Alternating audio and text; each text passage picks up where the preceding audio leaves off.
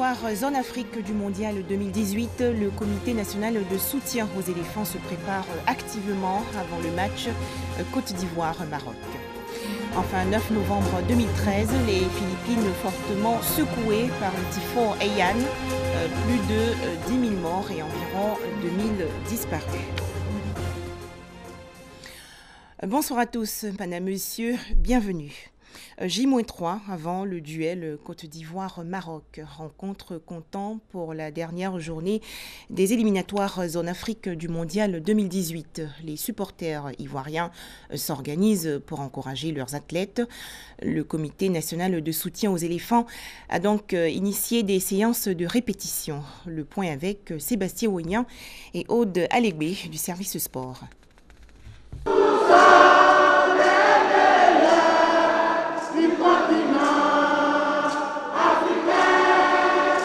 La flamme de la victoire avec les éléphants de Côte d'Ivoire. Le ton a été donné par le Comité national de soutien aux éléphants. Le 12e homme, c'est lui. Son rôle sera plus que déterminant samedi 11 novembre 2017 dès 17h30 au stade Félix Houphouët-Boigny face au Maroc.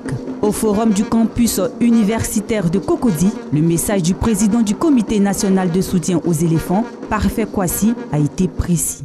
Dans 2 jours, l'histoire retiendra que le CNSE a été là pour porter les éléphants pour leur 4e qualification consécutive. Nous sommes maintenant habitués à aller en Coupe du Monde. Puisque les 3 dernières Coupes du Monde, nous étions présents. Eux, ils ont perdu l'habitude. Donc, ils attendent encore un peu. Parce que ça ne sera pas cette fois-ci. Pour les supporters, il est question de donner de l'assurance aux joueurs et Marc Wilmotte une 4e qualification à la Coupe du Monde.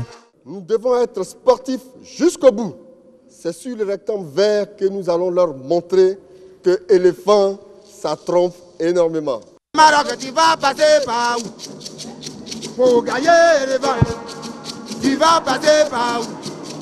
Tu vas gagner l'éléphant, Maroc, tu vas passer par où? Tu vas passer par où? Tu vas gagner l'éléphant, Maroc, tu vas passer par où? Le ministre ivoirien des Sports et Loisirs est également aux côtés des éléphants footballeurs. François Albert Amichia est porteur d'un message de soutien du président de la République, Alassane Ouattara. On en parle avec Anne-Marie Nguessan du service sport. Le ministre des Sports et des Loisirs, Albert François Amichia, s'est rendu à l'hôtel du Golfe, le quartier général des éléphants de Côte d'Ivoire. Il avait à ses côtés Marie-Josée Talou, vice-championne du monde aux 100 et 200 mètres. La délégation est arrivée à l'heure du dîner où s'y trouvaient Marc Wilmotte et l'ensemble des joueurs. Après le repas, le ministre François Albert Amichia a délivré le message du chef de l'État et du gouvernement. Il y a un engouement qui fait plaisir. Et cet engouement, c'est pour vous voir, c'est pour vous encourager. Alors le président et le Premier ministre me chargent de vous dire que vous avez le soutien du gouvernement. Vous avez le soutien de toute la nation. Vous avez les encouragements de tout le peuple ivoirien, afin que vous puissiez donner le meilleur de vous-même, afin que le match de samedi se solde par une victoire. Victoire qui serait signification d'une qualification pour la Coupe du Monde.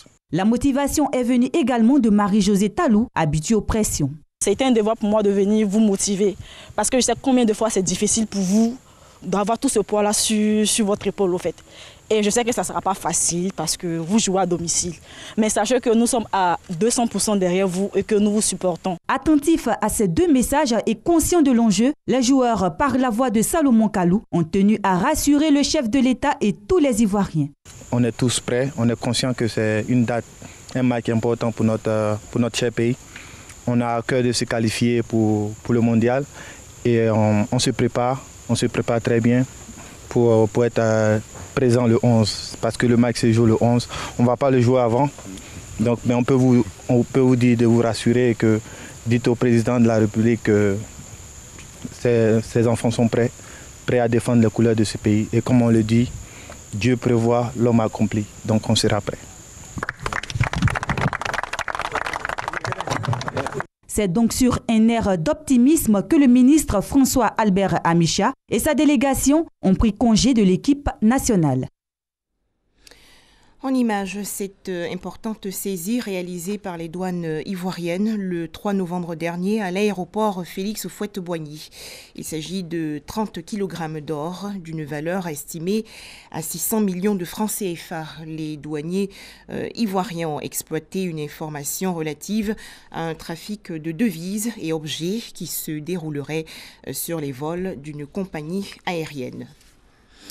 Toujours en images, ce drame survenu à Dembokro, dans la région centre du pays. Un incendie s'est déclaré dans une vaste galerie marchande située au quartier Commerce. Les dégâts matériels sont estimés à plus de 250 millions de francs CFA.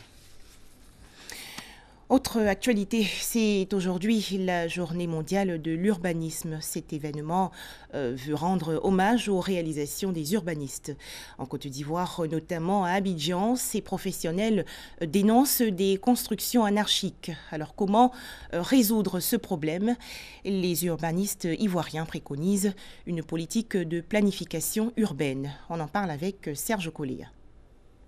La forte croissance urbaine constatée en Côte d'Ivoire ces dernières années engendre un désordre généralisé. Pour exemple, Abidjan, la capitale économique, est confrontée à des préoccupations majeures. Entre autres, problèmes de salubrité, problèmes de gestion des déchets et eaux usées, difficultés de mobilité et d'accès aux équipements de base. Résultat, les villes de Côte d'Ivoire se meurent faute d'une réelle politique de planification et de gestion urbaine. Il y a un désordre total. On ne sait pas qu'est-ce qui est voie structurante, on ne sait pas quels sont les centres d'activité. Autrefois, quand vous rentrez dans une ville, vous constatez, on dit ça, c'est le centre urbain. Il est défini par un ensemble d'équipements préalablement définis par le planificateur qu'est l'urbaniste. Au jour d'aujourd'hui, cela n'existe pas. Et vous avez l'obstruction des voies principales. Quand vous avez des activités gênantes, le loi d'une voie de desserte rapide, comment voulez-vous qu'on ait la mobilité urbaine assurée? C'est ça le désordre et c'est ça qui caractérise Abidjan. Abidjan mérite qu'on repense la ville de manière concertée en associant l'ensemble des acteurs, mais sous la responsabilité technique d'urbanisme aguerri. La planification urbaine, c'est le thème choisi par le Conseil de l'Ordre national des urbanistes de Côte d'Ivoire pour marquer cette journée mondiale de l'urbanisme. Pour le Conseil de l'Ordre national des urbanistes de Côte d'Ivoire, il faut que les décideurs replacent, comme par le passé, les professionnels au cœur du développement urbain si la Côte d'Ivoire veut atteindre l'objectif ville émergente à l'horizon 2020. San Pedro, dans la région sud-ouest du pays, les populations déplorent la cherté de la vie. Les denrées alimentaires, le transport intercommunal, tout y est cher. Difficile donc aujourd'hui de faire son marché dans le deuxième pôle économique du pays. Sam Conan et Hervé Blé. Un peu d'attiéké, des condiments et du poisson-thon, communément appelé garba. Tous les samedis, Jean-Paul vient dans ce garbatrum pour déguster ce plat qu'il affectionne. Ce rendez-vous, il l'honore depuis des années, malgré les prix qu'il trouve élevés au fil du temps. Ce matin, il vient de prendre un petit déjeuner. Ça m'a coûté 1000 francs. Bon, le poisson, on dit le poisson à 700 francs. Bon, à Abidjan, pratiquement, on peut avoir ça à 400, 500, on peut avoir ça. Plusieurs raisons justifient, selon la responsable des lieux, les prix appliqués dans ce restaurant. On trouve ça au port de 100 euros, mais au fait, ce n'est pas la même qualité, puisque ce n'est pas la même conservation. À 100 euros, sur le petit tas de piment à 50 francs, on peut te faire 5 piments à 50, comme 7 boules de piment à 50. Un tour au grand marché de San Pedro, le constat de la cherté des denrées alimentaires est vite fait, avec ces femmes qui disent sillonner ce grand marché sans trop savoir quoi acheter. J'ai acheté des graines. Bon, on voit que le prix a augmenté. Avant, la boîte était à 200, 250. Maintenant, c'est 350, 400. Maintenant, tu n'as pas 2000, tu ne peux pas faire le marché. Pour les commerçants, la cherté de la vie est relative. Tout n'est pas forcément cher sur le marché. Moi, ma banane est à 10 gros. Le sac, on me donne à 15 000. Le gros sac. Et je détaille, je place 200, 300, 500. Avant, on plaçait la banane à 1000 francs, les gens payent. Aujourd'hui, on place 500, c'est pas là, on ne peut pas payer. Les clients, eux, sont formels. Le marché est bien cher. En tout cas, le marché est très cher. Quand tu viens aujourd'hui, il y a un prix. Quand tu viens demain, il y a un autre prix. Donc, les gens se disent que c'est la route, comment on appelle, les dédouanements et tout ça. La cherté des denrées alimentaires, cet homme s'en est vite rendu compte. Il se fait désormais l'avocat des femmes. Souvent, quand on donne au moins peut-être 3 000 francs, madame, on dit que vraiment c'est trop. Alors que vraiment le marché est beaucoup cher. À San Pedro, deuxième ville économique de la Côte d'Ivoire avec un port et plusieurs usines, en ce qui concerne la vie chère, clients et vendeurs ne partagent pas le même point de vue. Si les premiers soutiennent mordicus que les commerçants leur mènent la vie dure avec des prix toujours à la hausse, ces derniers s'en défendent. Drame dans le nord-est de la Tanzanie. Une grenade a explosé dans l'enceinte d'une école primaire. 9 écoliers ont perdu la vie et 20 autres ont été blessés. Les autorités tanzaniennes ont ouvert une enquête pour déterminer les circonstances de cette tragédie. En Turquie, une vaste opération antiterroriste. Plus de 100 membres présumés du groupe État islamique ont été interpellés aujourd'hui à Ankara, la capitale. 1500 policiers ont été mobilisés dans le cadre de ce coup de filet. Enfin, ruine et désolation aux Philippines. Le 9 novembre 2013, un puissant typhon frappe la région centre du pays. Haiyan fait plus de 10 000 morts et environ 2 000 disparus.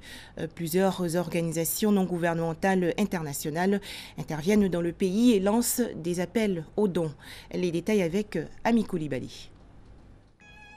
Quartier rasé, corps gisant sur le sol et survivants et hébétés dans les rues, Haiyan, l'un des typhons les plus violents de l'histoire à avoir touché terre, a balayé les Philippines le 9 novembre 2013, causant la mort d'au moins 10 000 personnes dans le centre du pays.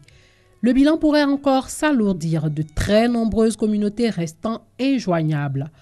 Plus de 48 heures après le passage du typhon, le centre de l'archipel est le théâtre de scènes d'horreur, alors que les rescapés, désespérés, cherchent à boire et à manger.